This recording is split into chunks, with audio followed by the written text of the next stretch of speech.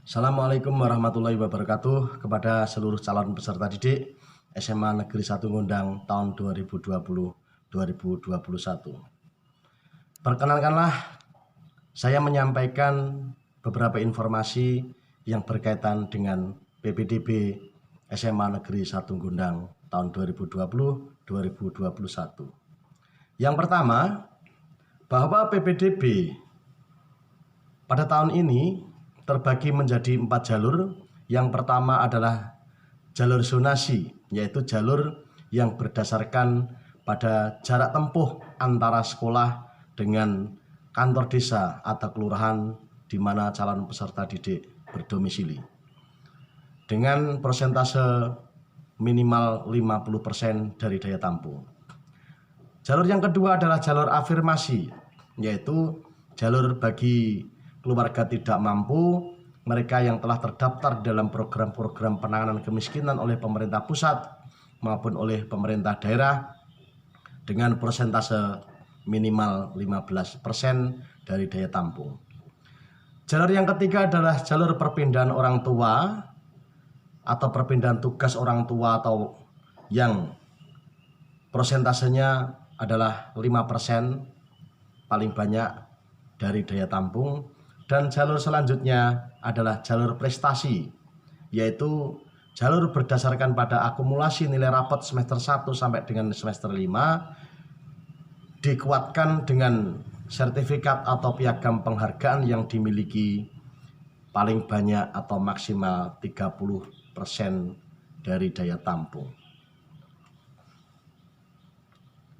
Kemudian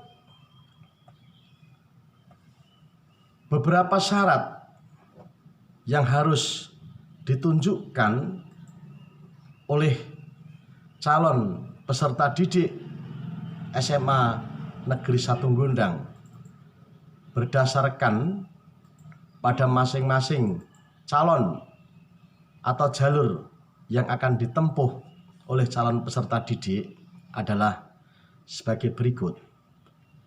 Yang pertama ialah persyaratan secara umum. Persyaratan umum ini adalah persyaratan yang harus dimiliki oleh seluruh calon peserta didik dari semua jalur. Ialah yang pertama, buku rapot SMP atau sederajat, kemudian surat keterangan nilai rapot semester 1 sampai semester 5 atau sederajat yang diterbitkan oleh satuan pendidikan yang bersangkutan.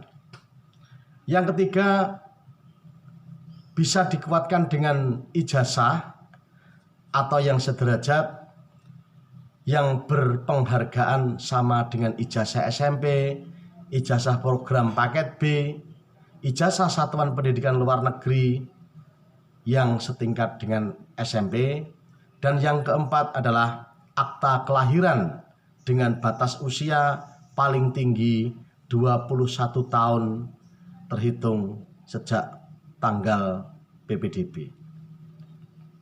Kemudian ada persyaratan khusus, yaitu persyaratan-persyaratan tambahan yang harus dimiliki atau disertakan oleh masing-masing jalur PPDB.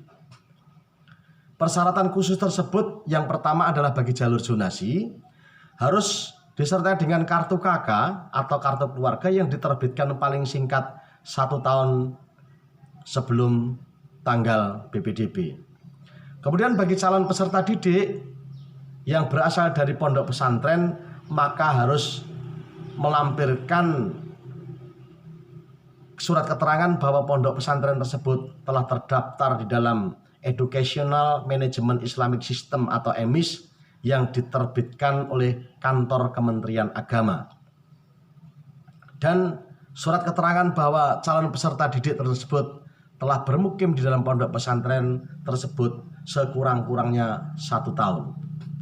Kemudian bagi calon peserta didik dari panti asuhan atau panti sosial yang dikelola oleh pemerintah menggunakan surat keterangan dari lembaga pengelola panti asuhan atau panti sosial, sedangkan calon peserta didik tersebut harus dari panti asuhan atau panti sosial yang sudah berbadan hukum.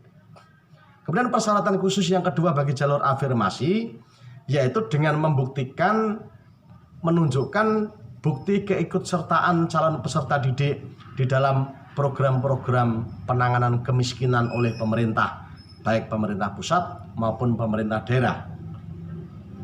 Kemudian bagi calon peserta didik yang merupakan putra-putri dari tim medis atau tenaga medis yang ditunjuk sebagai rumah sakit rujukan penanganan COVID-19, maka harus menunjukkan surat keterangan dari rumah sakit yang bersangkutan di mana orang tuanya bekerja, bahwa putra-putri tersebut benar-benar merupakan putra dari tenaga medis atau tenaga-tenaga pendukung lain di dalam penanganan atau penanggulangan COVID-19. Kemudian untuk jalur perpindahan orang tua, maka calon peserta didik pada jalur ini yang pertama harus melampirkan surat penugasan dari instansi, lembaga, kantor atau perusahaan yang mempekerjakan orang tuanya. Kemudian bagi putra guru yang akan menyekolahkan putranya di SMA Negeri 1 Ngundang, maka harus dikuatkan dengan surat pernyataan dari kepala sekolah yang bersangkutan, dilampiri surat keputusan penugasan dari pejabat yang berwenang. Kemudian bagi mereka yang berdomisili di luar zonasi, maka harus melampirkan kartu keluarga luar zonasi yang bagi mereka yang berada di luar zonasi. Kemudian untuk jalur prestasi ialah yang pertama dengan melampirkan kartu keluarga yang masih berlaku, dan yang kedua adalah melampirkan piagam prestasi tertinggi yang dimiliki, baik merupakan perlombaan yang berjenjang maupun perlombaan yang tidak berjenjang. Demikian adalah persyaratan-persyaratan yang harus dimiliki oleh calon peserta didik. Kemudian langkah-langkah atau tahapan-tahapan pendaftaran. Tahap yang pertama, calon peserta didik dipersilakan membuka situs resmi PPDB daring dengan alamat http://ppdb.jatengprof.go.id. Nah, setelah calon peserta didik membuka link tersebut, langkah yang kedua adalah membuat surat pernyataan kebenaran dokumen yang menerangkan bahwa semua dokumen dan data merupakan dokumen asli dan tidak fiktif. Dengan itu diharapkan ketika nanti terdapat calon peserta didik yang melakukan pemalsuan data, maka sanksinya harus dikeluarkan dari sekolah.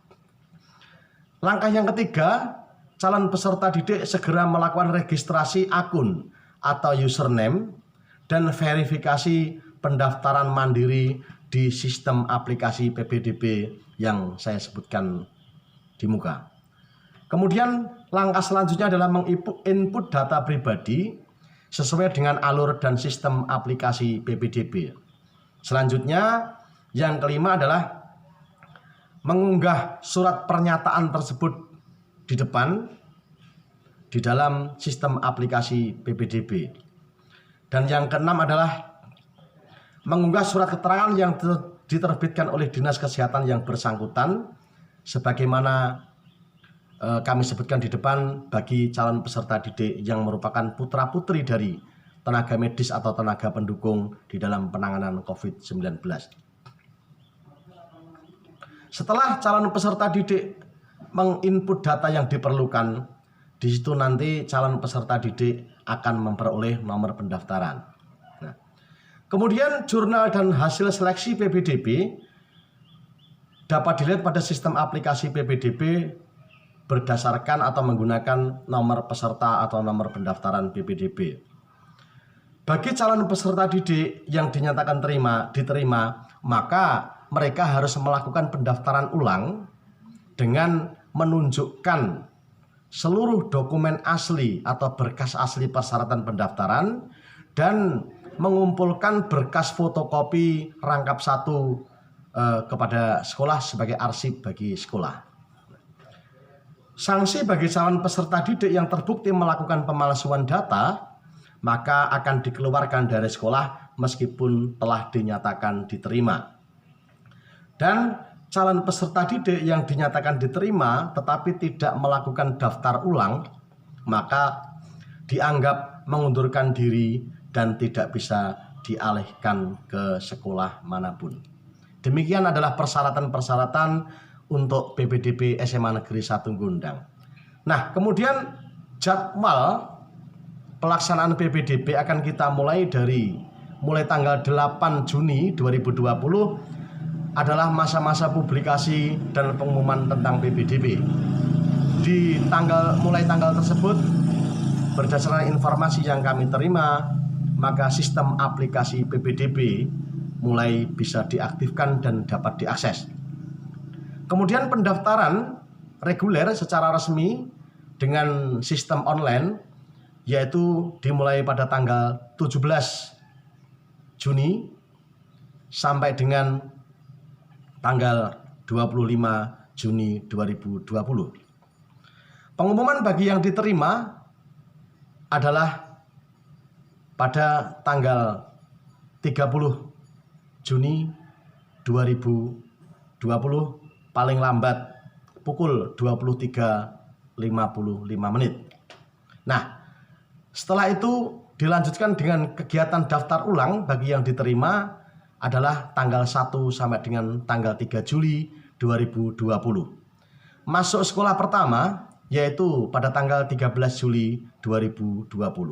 Demikian kepada seluruh calon peserta didik SMA Negeri 1 Gondang, informasi tentang PPDB SMA Negeri 1 Gondang. Semoga semakin menambah kemudahan bagi calon peserta didik untuk masuk dan bergabung di dalam sivitas akademik SMA Negeri 1 Gondang tahun pelajaran 2020-2021. Dan bagi calon peserta didik yang masih memerlukan informasi lebih jelas, kami persilakan untuk datang di Pusat Layanan Informasi PPDB di SMA Negeri 1 Gondang.